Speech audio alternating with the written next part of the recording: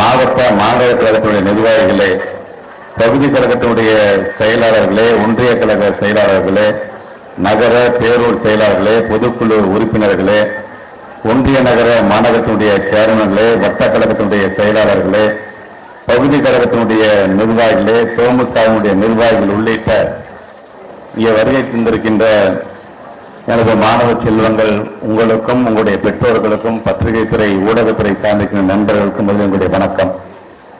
குறிப்பாக இந்த நிகழ்ச்சியை யாரை வைத்து நடத்த வேண்டும் என்று ஏறத்தாழ ஒரு 3 மாதங்களுக்கு முன்பே நாங்கள் முடிவு செய்தோம்.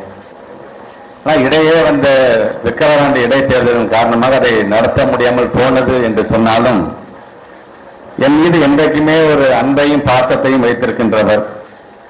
இன்றைக்கு திருச்சி தெற்கு மாவட்டத்தின் சார்பாக நாம் பல்வேறு நிகழ்வுகளை, ஏன் ஏறத்தாழ 100 நிகழ்ச்சிகளை கடந்து நாம் நடத்துகிறோம் என்று சொன்னால், என்னதான் பள்ளிக்கல்வித்துறை அமைச்சராக இருந்தாலும் இந்த அன்பில் மகேஷ் பொய்யாமலைக்கு ரெஃபரன்ஸ் புக்குன்னு யாருன்னு பார்த்தீங்கன்னா, இங்கே வருகை தந்திருக்கின்ற, சென்னையிலிருந்து வருகை தந்திருக்கின்ற நமது மாண்புமிகு இந்துசாமி அறநிலையத்தினுடைய அமைச்சர் என்ற அன்பிற்கினி அண்ணன் சேகர் பாபு அவர்கள் தான். இன்றைக்கு ஏதோ தமிழ்நாடு மட்டுமல்ல, இன்றைக்கு அவருடைய முன்னெடுப்புகள், மாண்புமிகு தமிழ்நாட்டு முதலமைச்சருடைய வழிகாட்டுதலின்படி இன்றைக்கு அவர் எடுக்கின்ற ஒவ்வொரு முன்னெடுப்புகளும் காலம்பரம் 5:30 மணிக்கு தன்னுடைய பணியை ஆரம்பிச்சாருன்னா அது இரவு எப்போ முடியுன்னே சொல்ல முடியாது. ஏன்னா சென்னையில் இருக்கக்கூடியவர் நம்முடைய மாண்புமிகு தமிழ்நாட்டு முதலமைச்சர் டெய்லி எந்திரிச்சு பேப்பர் படிச்சதுக்கு அப்புறமேட்டு அவர் முதல்ல தேடக்கூடிய ஆள் யாருன்னு பார்த்தீங்கன்னா நம்முடைய மாண்புமிகு அமைச்சர் அண்ணன் சேகர் பாபு அவர்கள் தான். அவர் இன்றைக்கு நம்முடைய அழைப்பை ஏற்று இங்கே வருகை தந்ததற்கு நம்முடைய தெற்கு மாவட்டத்தின் சார்பாக அவரை நான் வருக வருக வருக என்று நன்றி பெருக்கோடு வரவேற்க நான் கடமைப்பட்டிருக்கின்றேன். அப்படி அவர் என்னென்னலாம் அங்கே செய்கிறாரோ அதில் ஒரு 50% நம்ம நம்முடைய தெற்கு மாவட்டத்தில் செய்திட வேண்டும் என்கின்ற ஒரு ஆசை. நான் பல மேடைகளை சொல்லியிருக்கேன். இன்னைக்கு பல இடங்களில் நான் பேசுறேன், சட்டமன்றத்தில் நான் பேசுறேன், மக்கள் மன்றத்தில் நான் பேசுறேன் என்று சொன்னால் எனக்கு அந்த பயிற்சியை வழங்கியவர் யாருன்னு பார்த்தீங்கன்னா அண்ணன் சேகர் பாபு அவர்கள் தான். மாநில இளைஞரணி துணை செயலராக இருந்த பொழுது எல்லாரும் எல்லா விதமான ஒரு நிகழ்ச்சிகள் நடத்துவது வந்து பெரிய விஷயம் கிடையாது. ஆனால் இந்த துணை செயலராக அன்னைக்கு நம்முடைய இளைஞனுடைய செயலராக நம்முடைய மாண்புமிகு தமிழ்நாட்டு முதலமைச்சர் இருந்த பொழுது அவர் கீழ் நாங்கள் துணை செயலராக பணியாற்றும் எங்கெல்லாம் அழைச்சி கூட்டம் நடத்துவார். அவரோட மாவட்டத்தில் எப்படின்னா வெறும்னா சாதனை வளைச்சு கூட்டம் நடத்த மாட்டோம், எல்லாத்துக்கும் ஒரு தலைப்பு கொடுத்துருவாரு. அந்த தலைப்பை அன்னைக்கு நாங்கள் உட்காந்து படிச்சு அதுக்கு தகுந்தாப்புல அங்கே நாங்கள் பேசினாதான் அவர் எங்களுக்கு மார்க்கே போடுவார். அது அப்படி எங்களை ஒவ்வொரு முறையும் இந்த ஒரு வருஷம் ஒவ்வொரு வருஷமும் எங்களை அழைத்து அழைத்து அது மாதிரி தலைப்பில் பேச சொல்லி இன்னைக்கு ஓரளவுக்கு நாங்கள் பேசுவதற்கு காரணம் எங்களுடைய ஆசிரியராக இருக்கக்கூடிய அண்ணன் சேகர் பாபு தான் என்பதை நான் பெருமையோடு எல்லாத்தையும் நான் எடுத்து சொல்வேன். நான் இன்றைக்கு இந்த கூட்டம் என்பது மாணவ செல்வங்க நீங்களாம் வந்திருக்கிறீங்க. நீங்க உங்களை பொறுத்த வரைக்கும் நம்முடைய தமிழ்நாட்டு முதலமைச்சர் சொல்வது போல படிப்புல அதிகமாக நீங்க கவனத்தை செலுத்துங்கள். இந்த வயது என்பது படிப்பு படிப்பு படிப்பு அதில் தான் இருக்க வேண்டும் என்று சொல்லக்கூடிய தமிழ்நாட்டுடைய முதலமைச்சருடைய வழிகாட்டுதலின்படி முத்தமிழர் கலைஞருடைய அந்த பிறந்த நாளை கொண்டாட வேண்டும் என்கின்ற ஆசை. ஏன்னா அவர் தான் சொல்வார், நாம் எல்லாம் பெரியாருடைய பிள்ளைகள், பேரறிஞர் அண்ணாவுடைய தம்பிகள், நாமெல்லாம் என்றைக்குமே பிரிக்க முடியாத இருவண்ண கொடிகள் என்று சொன்னக்கூடியவர் நம்முடைய முத்தமிழர் கலைஞர். அவருடைய புகழை பாராட்டுகின்ற விதமாக ஏன் முத்தமிழர் கலைஞருடைய புகழை நாம் பாராட்ட வேண்டும்? வருகை தேர்ந்திருக்கின்ற மாணவர்கள் அரசியல்லாம் விட்டுருங்க, நாங்க இந்த கட்சி நாங்க அந்த கட்சி நாங்க வந்து அமைச்சர் இங்க மேல இருக்கலாம் மக்கள், இதெல்லாம் விட்டு விடுங்கள். இதையெல்லாம் தாண்டி முத்தமிழர் கலைஞர் அப்படின்னா யார் அப்படிங்கும் போது நீங்க முதல்ல நீங்க கேட்க வேண்டியது உங்க வீட்டுல இருக்கிற உங்க தாத்தா பாட்டி கிட்ட, அதுக்கப்புறம் உங்க பெத்தவங்கிட்ட நீங்க கேட்கணும். இந்த கலைஞர்னு சொல்றாங்களே, உதாரணத்துக்கு ஒண்ணு சொல்றேன். இன்றைக்கு தமிழ்நாடு முழுவதும் பட்டி தொட்டி எல்லாம் இன்றைக்கு வந்து ஒரு மின்சாரம் அந்த வசதி போய் சேருது. அதற்கு காரணம் யார்? 1966ஆம் ஆண்டு வரைக்கும் பாத்தீங்கன்னா நகர பகுதியில நமக்கு கரண்ட் இருக்கும் வீட்டுல, அதுலயும் ஒரு சில வீட்டுக்கு இல்லாமலே இருக்கும். ஆனால் 67க்கு பிறகு நம்முடைய திராவிட முன்னேற்ற கழகம் என்கின்ற அந்த ஆட்சி வந்ததுக்கு பிறகுதான் குடிசைக்கு ஒரு விளக்கு அப்படிங்கிற ஒரு திட்டத்தின் மூலமாக ஒவ்வொரு கிராமத்திலேயும் எப்படியாச்சும் மின்சாரத்தை கொண்டு வர வேண்டும் என்று ஆசைப்பட்டோம். குறிப்பாக 1974க்கு பிறகு பாத்தீங்கன்னா ஒவ்வொரு கிராமத்திற்கும் ஒரு மின்சாரம் அந்த கனெக்ஷன் கரண்ட் வந்துச்சுன்னு அது காரணம் யாருன்னு பாத்தீங்கன்னா முத்தமிழர் கலைஞர் என்பதை நாம் மறந்துவிடக் கூடாது.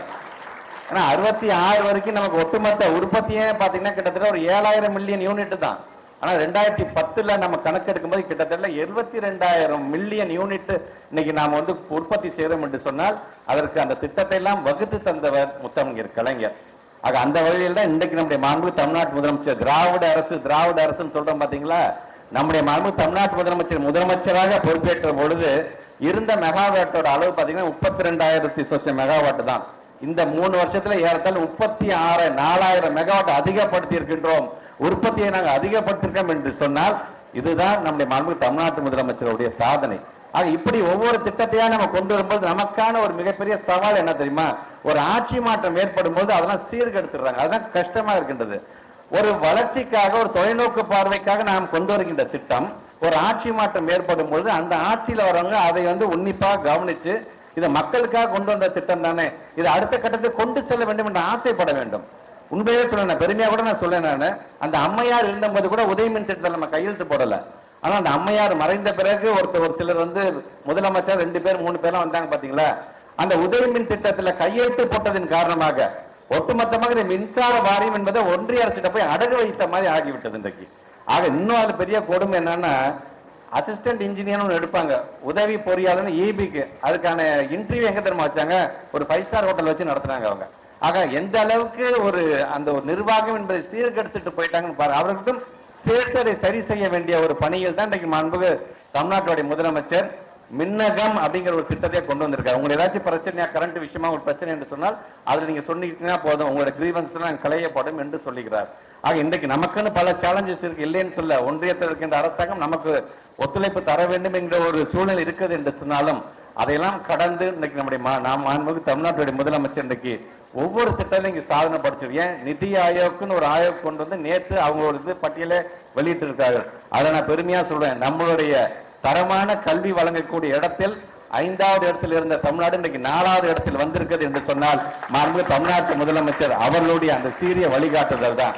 ஆக இன்றைக்கு வருகை தந்திருக்கின்ற நாளைய தலைவர்கள் நீங்க தான். ஆக நீங்கள் உன்னிப்பாக கவனிங்க. இன்னைக்கு நாங்க மேடையில பேசிட்டு போயிட்டோம்னா இவர் சொல்றது உண்மையா இல்லையான்னு இன்னைக்கு உங்கள்கிட்ட ஸ்மார்ட் போன் இருக்கு பாத்தீங்களா, அதை போய் பாருங்க. நீங்க இவர் சொன்னது உண்மையா, கலைஞர் யாரு, அவர் என்னென்ன கொண்டு வந்திருக்காரு, மற்றவங்க எப்படி எல்லாம் சீரழிச்சிருக்காங்க, அதெல்லாம் நீங்க பார்த்து தெரிந்து கொள்ள வேண்டும் என்பதற்காகத்தான் இன்றைக்கு உங்களை அழைத்து, உங்களுடைய பெற்றோர்களை அழைத்து இன்றைக்கு இது போன்ற நிகழ்வை நாம் நடத்தி கொண்டிருக்கின்றோம். ஆக அந்த வகையில் தொடர்ந்து உங்களுடைய ஒத்துழைப்போடு நாளைய தலைவர்களாக வரக்கூடிய உங்களை இன்றைய தலைவராக இருக்கின்ற நம்முடைய மாண்பு தமிழ்நாட்டு முதலமைச்சர் வாழ்த்துகிறார். நம்ம எல்லாம் வருங்காலத்தில் வழிநடத்தக்கூடிய நம்முடைய மாண்பு விளையாட்டுத்துறை அமைச்சர் உயர் திரு உதயநிதி ஸ்டாலின் அவர்கள் இளைஞரணி செயலாளர் இன்னைக்கு இருக்கிறார் என்று சொல்லி, இன்னைக்கு நாளே ரொம்ப முக்கியமான நாள். 44 ஆண்டுகள் இளைஞரணி என்பதை ஆரம்பித்து 45வது ஆண்டில் அடியெடுத்து வைக்கக்கூடிய ஒரு நாள். ஆக உங்களோடு சேர்ந்து நம்முடைய இளைஞரணி செயலாளரை நாம் வாழ்த்துகின்ற ஒரு நாளாகவும் இந்த நாள் அமையட்டும் என்று சொல்லி வருகை தந்திருக்கின்ற மாண்புமிகு அமைச்சர் அண்ணன் சேகர்பாபு அவர்களையும், நம்முடைய பாசத்திற்குரிய அண்ணன் துறைமுகம் காஜா அண்ணன், ஒரு காலத்து முத்தமிழ் கலைஞர்களை எதிர்த்து நின்று போட்டி போட்டவர் ஒரு சேப்பாக்க தொகுதியில் இன்றைக்கு அவரும் இங்கே வருகை தந்திருக்கின்றார். இப்படி அனைவரையும் அரவணைக்கக்கூடிய தலைவர் தான் முத்தமிழர் கலைஞர் அவர்கள். ஆக அவருடைய விழாவை கொண்டாடுகின்ற விதத்தில் நம்மை பெருமைப்படுத்துகின்ற அளவுக்கு இங்கே வருகை தந்திருக்கின்ற அந்த இருவரையும் மீண்டும் ஒரு முறை நம் அனைவரின் சார்பாக வருக வருக வருக என்று வரவேற்று இந்த அளவின் உரையை நிறைவு செய்கிறேன். நன்றி, வணக்கம். கலைஞர் அவர்களுடைய 100ஐ முன்னிட்டு 100ஐ தாண்டி 101ஐயும் கொண்டாடி கொண்டிருக்கின்ற சிறப்பு வாய்ந்த நிகழ்ச்சிகளின் ஒரு நிகழ்ச்சியாக இன்றைக்கு நடைபெற்றுக் கொண்டிருக்கின்ற மாணவர்களுடைய வினாடி வினா போட்டிகள் மற்றும் செய்தி சொல்லும் தேதி வரலாற்று குறிப்புகள் அடங்கிய நூல் வெளியீட்டு விழாவை சீரோடும் சிறப்போடும் ஏற்படுத்தி உங்களையும் காணுகின்ற நல்லதொரு வாய்ப்பை எங்களுக்கு வழங்கி இருக்கின்ற, தன்னுடைய பெயரிலேயே அன்பினை இணைத்துக் கொண்டு தன்னுடைய பெயருக்கேற்றார் போல் அனைவரையும் அரவணைத்துக் கொண்டு அவர் மாவட்ட செயலாளர் என்ற நிலை இருந்தாலும் 3 சட்டப்பேரவை தொகுதிகளுக்கு அவர் மாவட்ட செயலாளர் என்றாலும் அவர் ஒரு இந்து, மற்றொரு சட்டப்பேரவை உறுப்பினரை பார்த்தால் அவர் ஒரு கிறிஸ்துவர், மற்றொரு சட்டப்பேரவை உறுப்பினரை பார்த்தால் அவர் ஒரு இஸ்லாமியர், எம்மதமும் சம்மதமே என்று அரவணைத்து செல்லுகின்ற மாண்புமிகு தமிழக முதலமைச்சர், எங்கள் உயிரினும் மேலான அன்பு தலைவர் தளபதி அவர்களுடைய அருந்தவ புதல்வன், குருதியில் சொந்தம் என்றால் நம்முடைய அன்பிற்கினிய அன்பில் மகேஷ் பொய்யாமொழி கொள்கையின் சொந்தம் என்ற வரலாற்று கொண்டவரை இப்படிப்பட்ட நிகழ்ச்சிகள் என்பது எங்களை பார்த்துத்தான் அவர் வடிவமைத்ததாக சொன்னார். இருக்கலாம். வரலாற்றில் ஒரு பழமொழியை சொல்லுவார்கள், தாய்ப்புலி 8 அடி பாய்ந்தால் குட்டி புலி 16 அடி பாயும் என்று. எங்களை பார்த்து நிகழ்ச்சியை வடிவமைத்தவர் நாங்கள் கற்காலத்து மனிதர்கள், அவர் இன்றைய கணினி காலத்து மனிதர்கள். அதனால்தான் இன்றைக்கு கற்காலமும் கணினி காலமும் இணைந்து உழைப்பதால் தான் மாண்புமிகு தமிழக முதல்வருடைய ஆட்சியை பொற்கால ஆட்சி என்று இன்றைக்கு மாணவ செல்வங்கள் பாராட்டிக் கொண்டிருக்கின்றார்கள். இந்த நிகழ்ச்சியுடைய தலைப்பை பார்த்தேன், சேதி சொல்லும் தேதி என்றார்கள். ஆம், இன்றைய தேதி கூட ஒரு வரலாற்று சிறப்புமிக்க தேதி. அன்பிற்கினிய அன்பில் மகேஷ் பொய்யாமொழி அவர்கள் பேசும்போது சொன்னார், இளைஞரணி உருவாகி 45 ஆண்டுகள் ஆயின தினம் என்று. ஆம், அதேபோல் இன்றைய தினம்தான் உலக செஸ் போட்டியின் தினம்.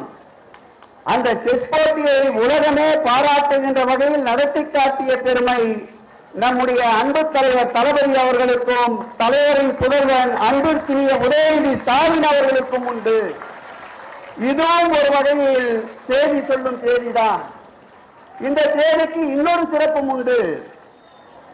யாரெல்லாம் விண்ணை அண்ணாந்து பார்த்து வணங்கி கொண்டிருந்தார்களோ அந்த விண்வெளியிலே கால் வைத்த நீல் ஆம்ஸ்ட்ராங் அவர்கள் விண்வெளியை தொட்ட தேதியும் இன்றைய தேதிதான். அதற்குத்தான் இன்றைய தேதியை நிலவு தினம் என்று கூறுகிறோம்.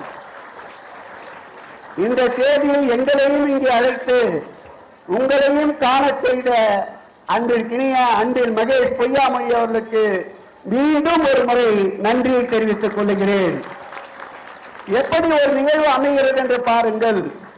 இன்றைக்கு 3 சிறப்புகள் கொண்ட தினம்.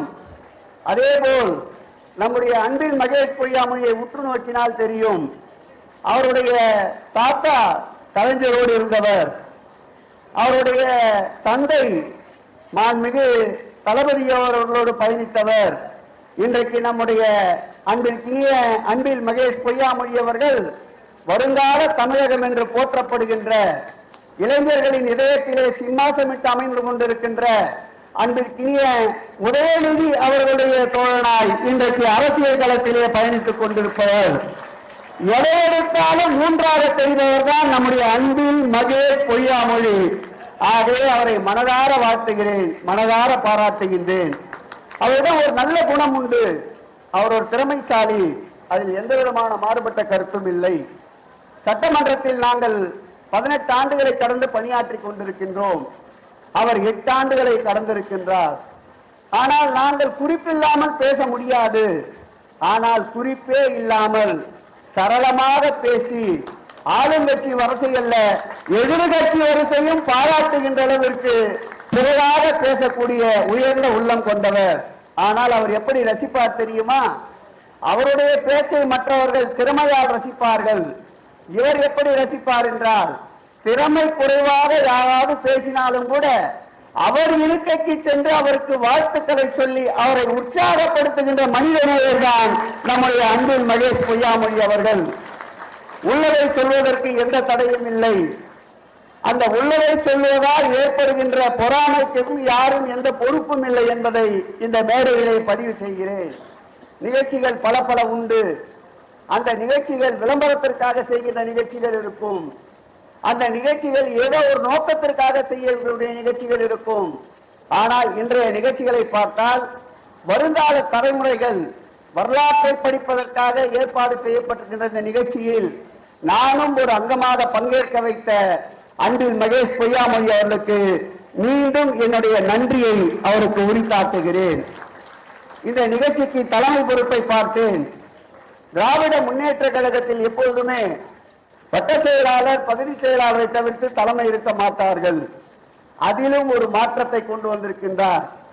எப்படி பள்ளி கல்வித்துறையில் மாநகராட்சி அரசு பள்ளிகள் என்பது ஒரு அடையாளமாக இருந்த நிலையை மாற்றி இன்றைக்கு அனைவருக்கும் அடைக்கலம் தருகின்ற கல்வியை போதிக்கின்ற கூடங்களாக மாற்றி பள்ளி கல்வித்துறையில் ஒரு புதிய எழுச்சியை உருவாக்கினாரோ அதுபோல் இயக்கத்திலும் வட்ட செயலாளர், பகுதி செயலாளர், மாவட்ட செயலாளர் தான் தலைமை தாங்க முடியும் என்ற நிலையை மாற்றி ஒரு மாவட்ட பிரதிநிதி அன்பிற்கினிய அருமை சகோதரர்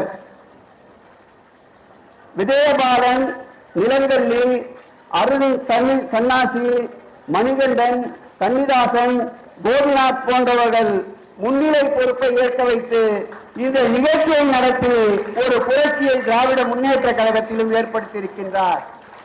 இப்படி அனைவரையும் அரவணைக்கின்ற பாங்கால் தான் அவர் எப்போதுமே மகிழ்ச்சியாக இருக்கின்றார். அவரை பார்த்தால் எப்போதுமே சிரித்துக் கொண்டே இருப்பார். அவரை பார்த்தால் சுறுசுறுப்பாக ஓடிக்கொண்டே இருப்பார். கடந்த 2 மாதங்களுக்கு முன்பு விமான நிலையத்திலே ஒரு சந்திப்பு. நானும் என் துணைவியாரும் வெளிநாடு செல்வதற்கு இருந்தோம். அவரும் வெளிநாடு செல்வதற்கு வந்திருந்தார்.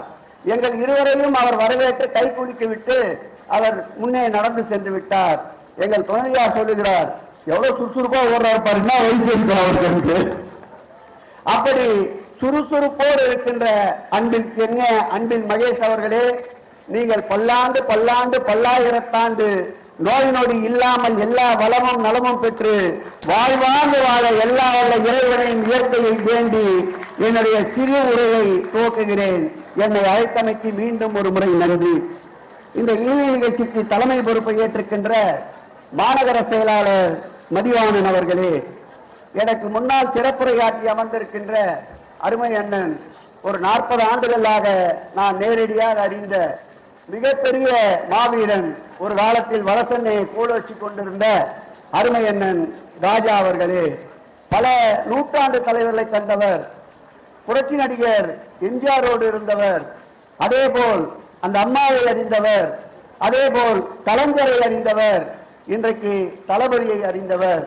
இப்படி திராவிட இயக்க வரலாற்றில் பெரும் பங்காற்றி இருக்கின்ற அருமை அண்ணன் ராஜா அவர்களே, இந்த நிகழ்ச்சிக்கு வருகை தந்து நீங்கள் எல்லாம் பேசுகிறீர்கள், நாங்கள் எல்லாம் கேட்க வேண்டுமா என்ற தோரணையோடு அமர்ந்திருக்கின்ற தமிழன் பிரசன்னா அவர்களே, நிகழ்ச்சியில் பங்கேற்று நிகழ்ச்சிக்கு சிறப்பு சேர்த்துக் கொண்டிருக்கின்ற தலைமை செயற்குழு உறுப்பினர்களே, மாநகர மாவட்ட கழக நிர்வாகிகளே, பகுதி கழக செயலாளர்களே, ஒன்றிய கழக செயலாளர்களே, நகரம் பேரூர் செயலாளர்களே, பொதுக்குழு உறுப்பினர்களே, ஒன்றிய நகர மாநகர சேர்மன்களே, மாவட்ட கழக அணிகளினுடைய அமைப்பாளர்களே, வட்டக்கழக செயலாளர்களே, மாமன்ற உறுப்பினர்களே, பகுதி கழக நிர்வாகிகளே மற்றும் இந்த நிகழ்ச்சியை ஏற்பாடு செய்திருக்கின்ற இந்த நிகழ்வினுடைய நன்றியுரை பொறுப்பை ஏற்றிருக்கின்ற மோகன் அவர்களே, ஜான் செல்லத்துறை அவர்களே, இந்த நிகழ்வுக்கு வருகை தந்திருக்கின்ற மாணவ செல்வங்களே, உங்கள் அத்தனை பேருக்கும் என்னுடைய நன்றி கலந்த வணக்கத்தை தெரிவித்துக் கொள்கிறேன்.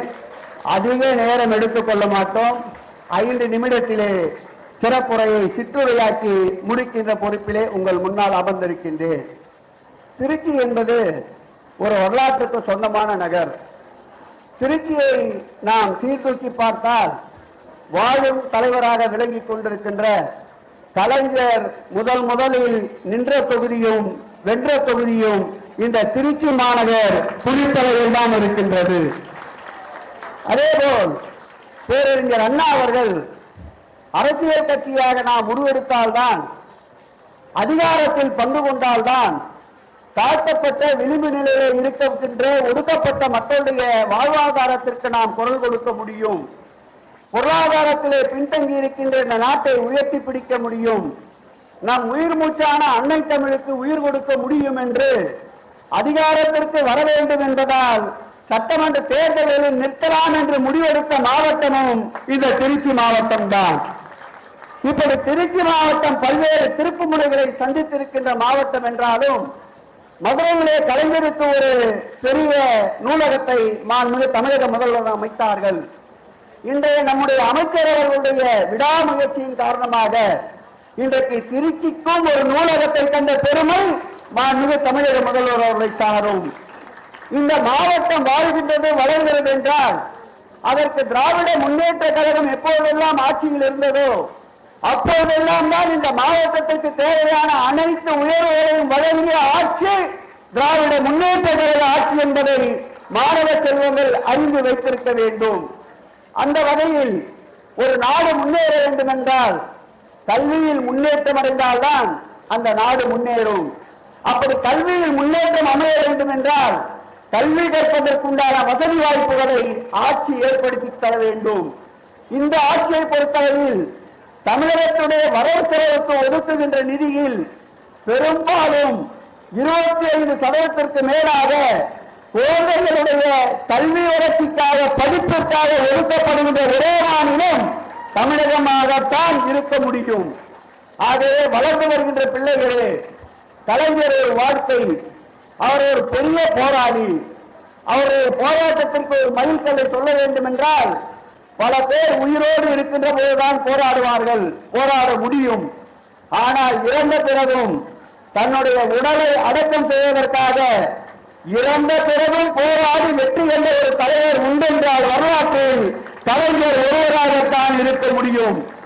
அந்த கலைஞரை நாம் படிக்க வேண்டும். அந்த கலைஞரை நாம் வாழ்நாள் பாடமாக்கிக் கொள்ள வேண்டும்.